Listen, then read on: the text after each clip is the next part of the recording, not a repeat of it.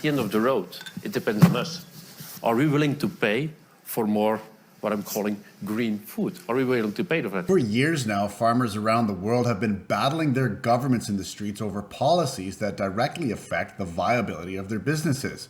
Most recently in the UK, farmers took their equipment downtown to protest plans for an inheritance tax that could make the family farm unviable for the next generation.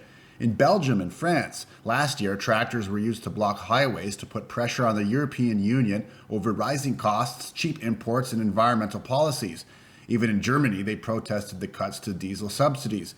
And a few years ago in the Netherlands, demonstrations erupted over the government's plans to tackle nitrogen emissions and mandate a reduction to the country's own cattle herds. We're amongst the most sustainable producers in the world, maybe the most sustainable producers. But as you mentioned, there's a map now outlining nitrogen reduction targets of 50% nationally, 70 up to 95% in certain areas. And imagine if you're a fifth generation farmer living on your land, making a living, being part of a local community, and you see a map saying there's basically no future. No future for farming, but also no future for the economic, social, cultural fabric of the countryside. Well, that's what happened here, and that leads to these kind of pictures of protests in the street.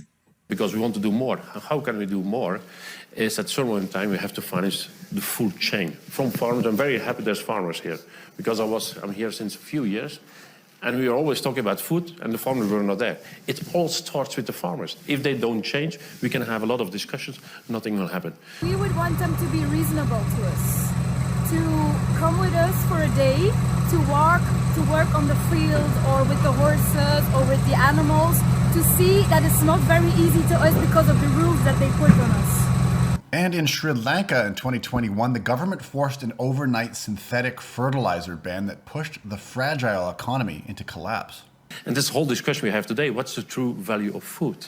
And at a certain point in time, if I make the comparison with energy, why we have a lot of us solar panels or we are driving electric cars? Why? Because it was subsidized. Or a fuel car was taxed. In the bank with us in the Netherlands, only electric cars. Why? Because the other ones are taxed. So at a certain point in time, I think, in Europe, the biggest budget is going to agriculture. We don't ask any increase of the budget. But is it going it's just to a reallocation of the budget to come to true value of food.